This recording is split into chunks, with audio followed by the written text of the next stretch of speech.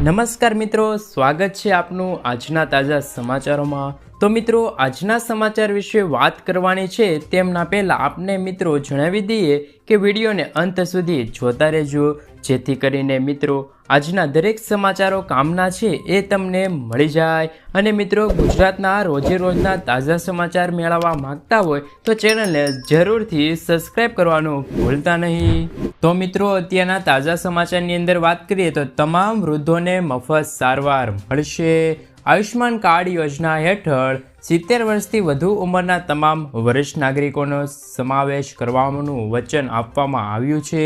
આ સાથે એવું કહેવામાં આવ્યું છે કે હવે તમામ આયુષ્માન ભારત હેઠળ આવરી લેવામાં આવતા નાગરિક છે તેમને અગાઉ આયુષ્માન ભારત કાર્ડનો લાભ BPL કેટેગરીમાં આવતા નબળા વર્ગના નાગરિકોને આપવામાં આવતો હતો।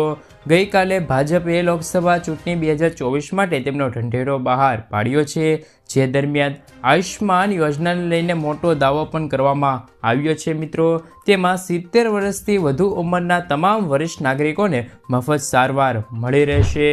મિત્રો, ત્યારબાદના સમાચારની અંદર વાત કરીએ તો કોંગ્રેસ સરકારની ગેરંટી દર મહિને મળશે 8,500 રૂપિયાની સહાય। કોંગ્રેસના નેતા રાહુલ ગાંધીએ ગુરુવારે કહ્યું છે કે દેશની સામે બે સૌથી મોટા મુદ્દાઓ જેમ કે બેરોજગારી અને મોંઘવારી છે, પરંતુ કોઈ સુનવાણી થઈ નથી રહેલી। રાહુલ ગાંધીએ કહ્યું છે કે જો નરેન્દ્ર મોદી મોટા ઉદ્યોગપતિઓની લોન માફ કરી શકે છે તો કોંગ્રેસ પાર્ટી ફરીથી ખેડૂતોની લોન માફ કરી બતાવશે। તેમણે 20થી 25 લોકોને જેટલા પૈસા આપ્યા તેટલા અમે ભારતના કરોડો લોકોને આપીશું, તેવું વચન સાથે કોંગ્રેસ સરકારે એક નવી ગેરંટી બહાર પાડેલી છે। મિત્રો, આગળના સમાચારની અંદર વાત કરીએ તો પ્રચાર માટે મોદીજી આવશે ગુજરાત પ્રવાસે।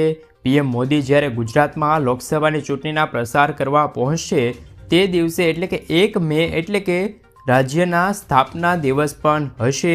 PM મોદી 1 અને 2 મેના રોજ ગુજરાતના કુલ 6 જનસભામાં પહોંચશે। આ 6 જનસભાની સાથે PM મોદી 14 લોકસભા અને 70 વિધાનસભાને કવર કરશે। 1 મેના રોજ હિંમતનગર અને બનાસકાંઠાના દિશામાં સભા કરશે। 2 મેના રોજ આણંદ, જૂનાગઢ, જામનગરમાં જનસભાઓ સંબોધિત કરશે।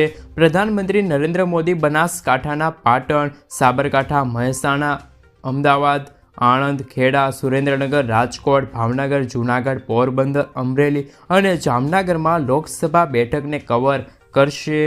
મિત્રો, સમાચારની અંદર આગળ વાત કરીએ તો પાન કાર્ડને લઈને આવ્યા છે એક મહત્વના સમાચાર। જે લોકોને પાન કાર્ડને આધાર કાર્ડ સાથે લિંક કરાવવાનું બાકી હોય તે વહેલી તકે પાન કાર્ડને આધાર કાર્ડ સાથે લિંક કરાવી લેજો। જ્યારે કેન્દ્ર સરકારે જણાવ્યા અનુસાર દેશના 70 કરોડ પાન કાર્ડ ધારકો છે, જેમાંથી 10 કરોડ લોકોને પાન કાર્ડ સાથે આધાર કાર્ડ લિંક નથી કરાવ્યું। પણ જો આધાર અને પાન કાર્ડ લિંક નહીં હોય તો તમે મોટી રકમનો વ્યવહાર બેંક દ્વારા કરી શકશો નહીં, સરકારી યોજનાનો લાભ પણ મેળવી શકશો નહીં મિત્રો, તેમજ ટેક્સ વિભાગ દ્વારા કોઈ રિફંડ આપવામાં પણ આવશે નહીં। જો કે લાંબા સમયથી પાન અને આધાર કાર્ડ લિંક નથી તો ગભરાશો નહીં, કારણ કે આગામી દિવસોમાં તમે છે તે પાન કાર્ડને આધાર કાર્ડ સાથે લિંક કરાવી શકો છો। મિત્રો, ત્યારબાદના સમાચારની અંદર વાત કરીએ તો મોદી સરકારમાં મોંઘવારી વધી છે। મોંઘવારી મામલે કોંગ્રેસ સાંસદ રાહુલ ગાંધીએ સરકાર પર નિશાન સાધ્યા છે। મોદી સરકારના પેટ્રોલ પર 30 રૂપિયાથી લઈને 66 રૂપિયા પ્રતિ લીટર પહોંચી ગયું છે। ડીઝલ 52 રૂપિયાથી લઈને 90 રૂપિયા પ્રતિ લીટર અને સિલિન્ડરમાં 410 રૂપિયા મોંઘો થઈને 1103 રૂપિયા પહોંચ્યો છે મિત્રો।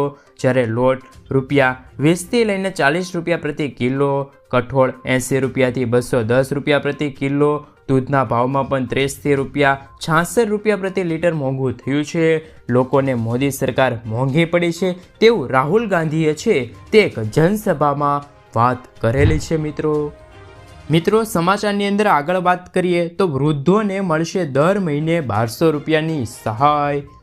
ગુજરાતમાં વૃદ્ધ વડીલોને સરકારના સામાજિક ન્યાય અને અધિકારિકતા વિભાગ કામ કરે છે, જેમાં સરકાર નિર્ધારિત વૃદ્ધ પેન્શન યોજના ચલાવે છે। પેન્શન પાત્ર લાભાર્થીઓને માસિક સહાય મળે છે। 60થી 79 વર્ષ વૃદ્ધ લોકોને મહિને રૂપિયા છે તે 750 લઈને અને 80 વર્ષથી વધુ માટે 1000 રૂપિયા મળે છે, જેમાં 500 રૂપિયા રાજ્ય સરકાર દ્વારા આપવામાં આવે છે. અરજી કરવા પર ગ્રામીણ વિસ્તારમાં VCE અને શહેરી વિસ્તારમાં મામલતદાર કચેરીની મુલાકાત લેવી જરૂરી છે. મિત્રો સમાચારની અંદર આગળ વાત કરીએ તો ગરમીના કારણે શાળાઓના સમયમાં ફેરફાર. આગામી સમયમાં હીટવેવ અને ઉનાળાની ગરમીને લઈને શિક્ષણ વિભાગના એક મહત્વનો નિર્ણય લીધો છે.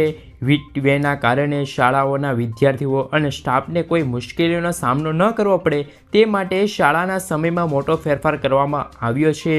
ગુજરાતમાં ગરમીને લીધે પ્રાથમિક શાળાઓનો સમય સવારે 7 થી 11 વાગ્યાનો કરાવવામાં આવ્યો છે. ગાંધીનગરથી પ્રાથમિક શિક્ષણ નિયામકના તમામ જિલ્લા શિક્ષણ અધિકારીઓને આદેશ. ઓપન એર ક્લાસ ન લેવા પર અપાઈ સૂચના. શિક્ષકોએ હીટવેવ અને તેનાથી બચવા ઉપાયો વિદ્યાર્થીઓને જણાવવાનો પણ આદેશ કરવામાં આવેલો છે. મિત્રો સમાચારની અંદર આગળ વાત કરીએ તો આવતા મહિને 12 દિવસ બેંકો બંધ રહેશે.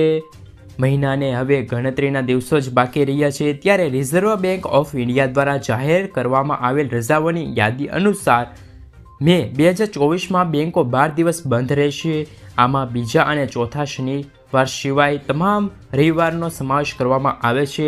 આ સિવાય કેટલાક રાજ્યોમાં લોકસભાની ચૂંટણીના કારણે બેંકો બંધ રહેશે. મે મહિનામાં રવિન્દ્રનાથ ટાગોરની જન્મજયંતિ છે મિત્રો, ત્યારે અનેક પણ તહેવારોનો સમાવેશ કરવામાં આવ્યો છે, જેના કારણે બેંકોમાં કામ ચાલશે નહીં. એટલે કે બેંકોમાં આવતા મહિને 12 દિવસ બેંકો બંધ રહેશે તેવું રિઝર્વ બેંક ઓફ ઇન્ડિયા દ્વારા જાહેર કરવામાં આવેલું છે. મિત્રો ત્યારબાદના સમાચારની અંદર વાત કરીએ તો આ વર્ષે ચોમાસું કેવું રહેશે. રાજ્યમાં ચોમાસાના વિધિવત પ્રારંભને લઈને હવામાન નિષ્ણાત અંબાલાલ પટેલ દ્વારા એક આગાહી કરવામાં આવી છે. 24 મે થી 4 જૂન દરમિયાન જોવા મળશે પ્રી મોન્સૂન એક્ટિવિટી, જેમાં રાજ્યમાં 8 થી 15 જૂન વચ્ચે ચોમાસાનું આગમન થશે. જૂનની શરૂઆતમાં અરબ સાગરમાં હલચલ દેખાશે, તેમજ દક્ષિણ ગુજરાતના ભાગોમાં સારો વરસાદ પડશે. જૂનાગઢ જિલ્લાના ભાગોમાં સારો વરસાદ પણ પડી શકે છે. અમરેલી જિલ્લામાં પણ સારો વરસાદ પડશે. બનાસકાંઠાના જિલ્લામાં પણ એવા અમુક વિસ્તાર છે ત્યાં પ્રમાણમાં ઓછો વરસાદ પડે તેવી સંભાવના જોવા મળી રહેલી છે. સાથે કચ્છ જિલ્લાના ભાગોમાં સારો વરસાદ વરસશે, તેમજ ઓગસ્ટ અને સપ્ટેમ્બરમાં સારો વરસાદ વરસશે, તેમજ દરિયામાં હવામાનનું હળવું દબાણ પણ ઊભું થઈ જશે. મિત્રો ત્યારબાદના સમાચારની અંદર વાત કરીએ તો ગેસ સિલિન્ડરમાં 300 રૂપિયા સબસિડી મળશે. ચૂંટણી સમયે કેન્દ્ર સરકાર ગરીબ અને મધ્યમ વર્ગને રાહત આપવા નિર્ણય લીધો છે. કેન્દ્રીય મંત્રી પિયુષ ગોયલે જાહેરાત કરતાં કહ્યું છે કે પીએમ ઉજ્જવલા યોજના હેઠળ ગેસ સિલિન્ડર પર 300 રૂપિયા સબસિડી એપ્રિલથી બીજા વર્ષ માટે લંબાવવામાં આવી છે. હાલમાં સિલિન્ડરની કિંમત 955 રૂપિયા છે, પરંતુ આ યોજના હેઠળ રૂપિયા 655માં 300 રૂપિયા સબસિડી આપવામાં આવશે. સરકાર પર વધુ એક વર્ષ સુધી સબસિડી 12,000 કરોડ રૂપિયાનું બોજ પણ લેશે. ત્યારબાદના મહત્વના સમાચારની અંદર વાત કરીએ તો અંબાલાલ પટેલની નવી આગાહી. નિષ્ણાંત અંબાલાલ પટેલે આગાહી કરતાં કહ્યું છે કે રાજ્યમાં ગરમીના પ્રમાણમાં વધારો થશે. આણંદ તેમજ વડોદરામાં 44 ડિગ્રી સુધી તાપમાન જશે. સૌરાષ્ટ્ર અને કચ્છના ભાગોમાં 40થી લઈને 41 ડિગ્રી તાપમાન જોવા મળી શકે છે. સાથે ગરમીમાં પણ વધારો જોવા મળશે. જોકે 26 થી 28 એપ્રિલ દરમિયાન રાજ્યમાં વાદળછાયું વાતાવરણ જોવા મળશે. 14થી લઈને 14 એપ્રિલ બાદ દરિયાઈ આંધી વંટોળ સાથે વિવિધ ભાગોમાં વરસાદ પડવાની સંભાવના પણ કરવામાં આવી છે. 8 જૂનથી સમુદ્રમાં સિસ્ટમની હલચલ પર જોવા મળી શકે છે. ત્યારબાદના સમાચારની અંદર વાત કરીએ તો 2000ના હપ્તાને લઈને આવ્યા છે મહત્વના સમાચાર. 4 કારણોમાં ખેડૂતોને હપ્તો બંધ થઈ શકે છે. આ 4 કારણો ખેડૂતોને અટકી શકે છે. 2000નો હપ્તો પહેલાં ખેડૂત જો તમે અયોગ્ય હોવા છતાં પણ ખોટી રીતે અરજી કરો છો તો તમારી સામે અરજી છે તે રદ થઈ શકે છે, જેના પછી તમે હપ્તાની વંચિત રહી શકો છો. આ યોજના સાથે ખોટી રીતે જોડાયેલા લોકોને ઓળખ કરવામાં આવી રહી છે. ત્યારબાદ જો વાત કરીએ તો બીજા એવા ખેડૂતો માટે પણ હપ્તો અટકી શકે છે જેમને અત્યાર સુધી KYC નથી કરાવ્યું અથવા ભવિષ્યમાં પણ કરાવશે નહીં તો હપ્તાનો લાભ મળવા માટે ખેડૂતોને KYC કરાવવું ફરજિયાત છે, અન્યથા હપ્તા અટકી જવાની ખાતરી છે મિત્રો ત્યારબાદ જો વાત કરીએ તો ત્રીજો ખેડૂત જે ખેડૂતોને જમીનનું બિયારણ કરાવ્યું નથી તેમને હપ્તા પણ મિત્રો આગળના સમાચારની અંદર વાત કરીએ તો સિલાઈ મશીન ખરીદવા માટે 12,000 રૂપિયાની સહાય. દેશમાં કેન્દ્ર સરકાર દ્વારા મહિલાઓને સશક્ત કરવા તેમજ તેમને ઘરે કામ આપવા માટે પ્રોત્સાહિત કરવા માટે મફત સિલાઈ મશીન યોજના શરૂ કરવામાં આવી છે. આ યોજના હેઠળ દરેક રાજ્યના મજૂર પરિવારોને 50,000થી વધુ મહિલાઓને મફત સિલાઈ મશીન આપવાનું વચન આપ્યું છે. ત્યારે આજે અમે તમને PM સિલાઈ મશીન યોજના અંતર્ગત માહિતી આપીશું. આ યોજનાનો લાભ લેવા માટે આર્થિક રીતે નબળા પરિવારની મહિલાઓને ઓનલાઈન એક અરજી કરવાની રહેશે. હાલ આ યોજના દેશમાં અમુક રાજ્યમાં કાર્યરત છે, જેમાં ગુજરાત, મધ્યપ્રદેશ, ઉત્તર પ્રદેશ, રાજસ્થાન, મહારાષ્ટ્ર, કર્ણાટકમાં છે. તે મફત સિલાઈ મશીન યોજના અંતર્ગત લાભ મળી રહ્યો છે. મિત્રો સમાચારની અંદર આગળ વાત કરીએ તો વાહન ખરીદવા માટે મળશે સબસિડી. ગુજરાતના ખેડૂતોની આવક બમણી થાય તે માટે સરકાર દ્વારા અનેક પ્રકારની યોજના ચલાવવામાં આવે છે. રાજ્ય સરકાર દ્વારા ખેતીના સાધનો અને વાહન માટે સબસિડી આપે છે. આવી જ એક ખેડૂતલક્ષી યોજના કિસાન પરિવહન છે. ખેડૂતો પાક ઉગાડે પછી તેમને માર્કેટ યાર્ડ સુધી પહોંચાડવા માટે પરિવહન માટે ટ્રેક્ટર જેવા સાધનોની જરૂર પડે છે. ઘણી વખત વાહનોના અભાવના કારણે પાક બગડી જતા હોય છે. ખેડૂતોને નુકસાનનો વારો આવે છે. જો કે ઘણા ખેડૂતો માલવાહક વ્હીકલ પર વાપરતા હોય છે. ત્યારે સરકાર દ્વારા કિસાન પરિવહન યોજના 2023 બહાર પાડવામાં આવી છે.